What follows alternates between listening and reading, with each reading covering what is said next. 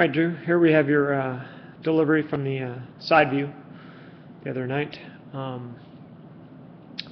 Overall, the things that we've been working, that I see in your delivery is trying to get a little more stable in the front leg to give you a little more consistency. We talked about that last year. You had a bending knee, and that allows you to have less control. Your velocity's good, but there's a couple things you could do to even do it better. And overall, you've got a pretty good delivery here, but what we want to do is concentrate on some of these things to make it even better. One of the things I want to show you when we start out is, and I'm gonna bring in another guy here just to show you compare contrast with what he's got. When you end up going up here, your hands start up, okay? And that's fine. You'll see a lot of guys start up, but what you don't want to do is start moving the hands down too early. That gets your arm involved too early, and what ends up happening is that your arm starts moving forward before you've braced up on your front end in order to transfer that energy that you're creating with your momentum to the arm. Okay, so you got to brace up on that front. Well, what you'll see is your hands start moving down while your leg's still coming up. Now you'll see a lot of pitchers change that by starting with their hands down. When their leg comes up, their hands come up, so that when their leg goes down, their hands go down. So yours is already starting down. You haven't really even moved the knee here yet, and what happens is you're already starting to come out. Okay. Other thing here about your hands is notice how far away your hands are away from your body. Okay, this creates a lot of drag instead of staying close into your body. They're out. You can see that glove, and you can really see it from the front and back angle. And I can't load that in because I loaded in your the second guy here. So what we want to do is try and keep those hands in close to the body. Move them down only when your knee has started to move down. And what you want to create is some weight shift before your hand breaks. Okay, I'm going to bring in second guy to show you what that means. I'm going to bring you to handbrake right here, and we're going to bring in our other model pitcher. Now he's doing a lot of things right. He doesn't do everything perfect, but he does a lot of things right here. And what I'm going to show you there is notice where he started from over that back leg. Okay, if you show his, he's set, he's doing it from the windup, but notice he's got his body here. Now watch when he gets out to handbrake. Notice how he's leading with that front hip there.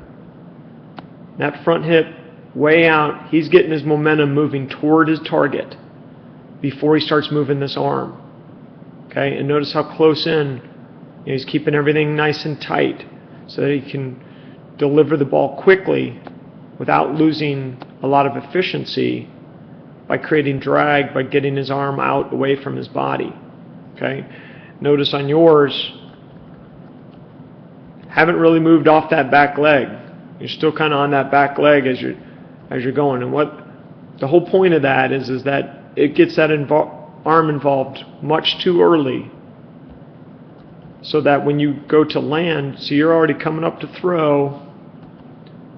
Okay, you've already touched land. Now there's one other big aspect here. You've done a lot better job not flexing forward on that knee like you did last year. I noticed that it kind of stayed there, but either as a result of a little bit of footing, but notice what happens. You see how that slides forward?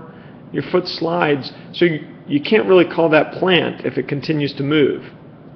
So there's your plant, and you're already going to throw the ball. So you're losing a lot of momentum and a lot of energy that you're building up with that lower half by not having that happen, by not being stable on that front foot. Okay? So, you want to get in there and lock in there, and one of the reasons for that is that notice how your back hip stays lower than your front hip. Okay, if I was going to draw a line from your hip to hip, you know, you're sloping this way. When you actually want to be sloping down the other way, you want back hip up here and getting over that front hip to create that velocity. Okay, there's a couple other things in here, but I'm not going to go through those too much right now. I just wanted to show you that big thing right there. Those two things can have a dramatic effect on your consistency and your velocity if we work on your hand action. We bring him back to knee high. Okay, now watch this high school pitcher who's in the high school national tournament. Okay, he's moving forward. Now his knee's coming down, his hands are coming. Look at, he's still coming down and then breaks. Okay, now watch his arm action here. When he gets out to here, notice he gets that elbow up first. His hand's still down. He's almost to touchdown here. Okay, if we get him to touchdown right there, then his hand starts to come up. Obviously, then at landing, he's in a lot better position here. Okay, if we take you over to landing, and it's kind of hard when it's split screen here though, but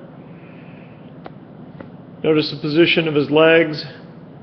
Notice how his back hip, when I was talking about his back hip, drawing that line to his front hip, it's actually even more than what I drew there, but you get my point there. His hips are in a lot better position, so he's going to be coming up over, and that allows him to get out front and deliver the ball.